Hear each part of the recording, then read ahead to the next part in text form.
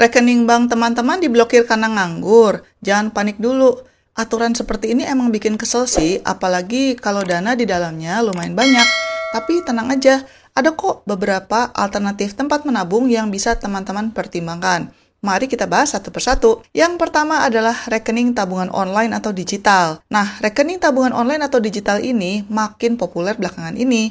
Biasanya, bank digital punya kebijakan yang lebih fleksibel soal saldo minimum atau aktivitas transaksi. Jadi, meskipun jarang dipakai, kemungkinan rekening teman-teman diblokir itu lebih kecil.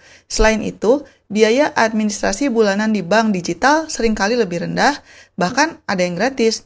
Fitur-fiturnya juga lumayan lengkap, mulai dari transfer instan, bayar tagihan, sampai investasi kecil-kecilan. Ini cocok buat teman-teman yang ingin punya rekening cadangan atau sekedar tempat menampung dana darurat tanpa khawatir kena blokir. Banyak juga bank digital yang menawarkan bunga tabungan kompetitif yang bisa jadi lebih tinggi daripada bank konvensional.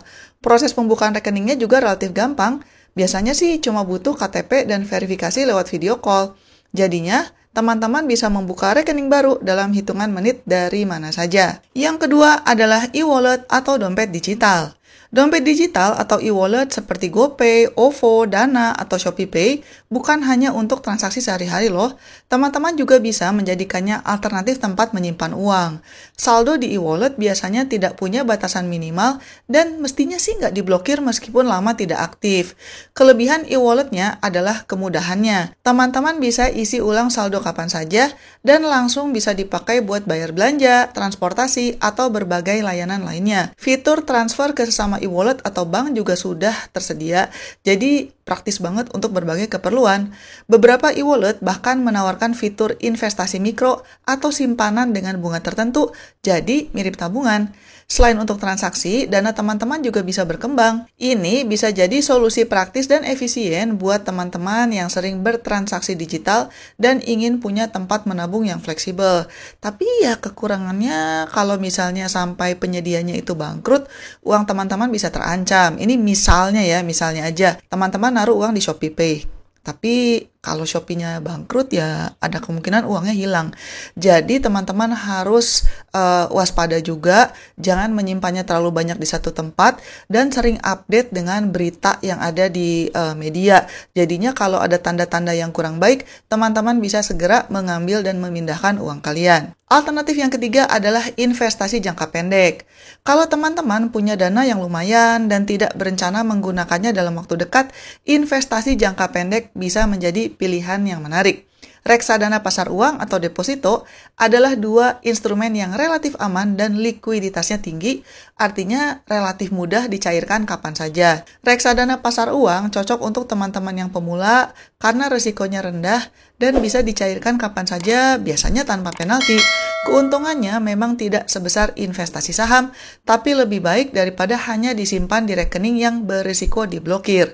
Dana teman-teman juga bisa bertumbuh sedikit demi sedikit. Deposito berjangka juga merupakan pilihan yang bagus, apalagi kalau teman-teman bisa menempatkan dana untuk jangka waktu tertentu, misalnya 1 atau 3 bulan.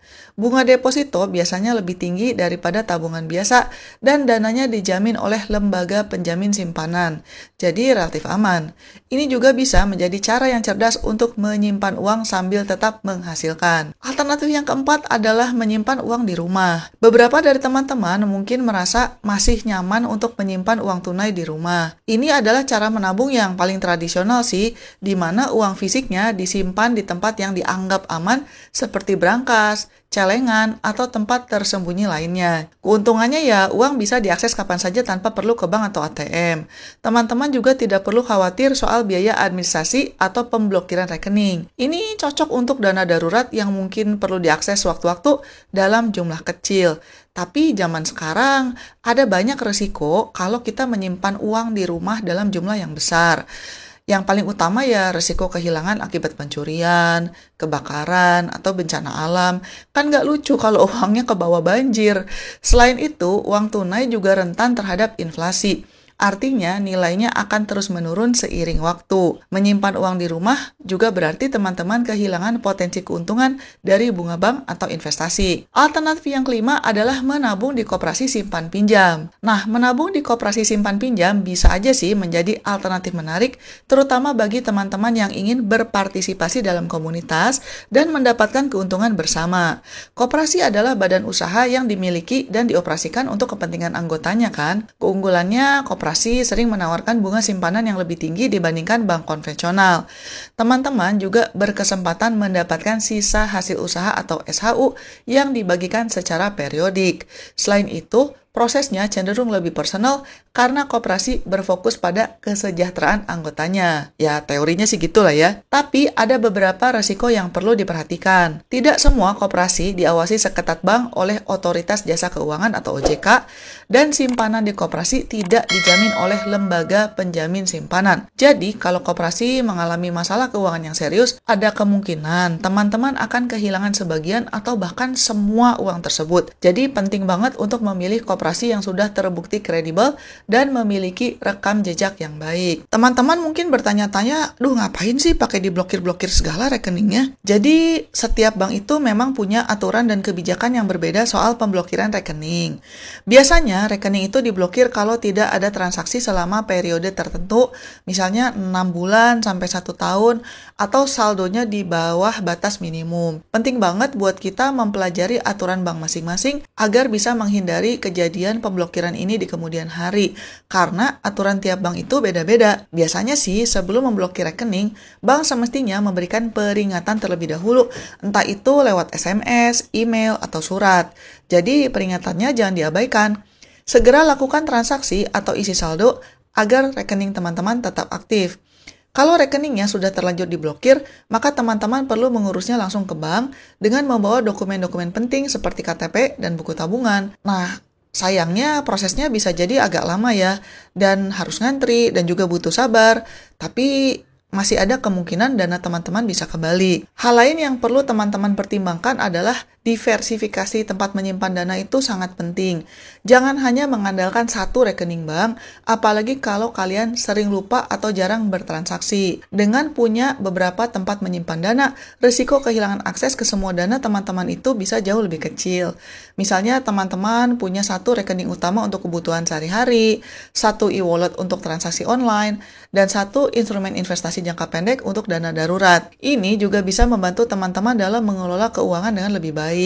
Jadinya kalian bisa tahu setiap rupiah ditempatkan di mana dan keperluannya untuk apa. Kalau ada masalah dengan satu rekening bank tersebut, dana teman-teman masih ada yang lain lah yang ditaruh di tempat berbeda dan masih bisa diakses. Salah satu pelajaran penting yang perlu kita ambil bersama bahwa ternyata menjaga dokumen penting itu memang sangat utama, karena kunci utama dalam mengurus masalah rekening diblokir atau membuka rekening baru, ya surat-surat kita. Pastikan KTP, buku tabungan, atau dokumen identitas lainnya selalu tersimpan rapi dan aman.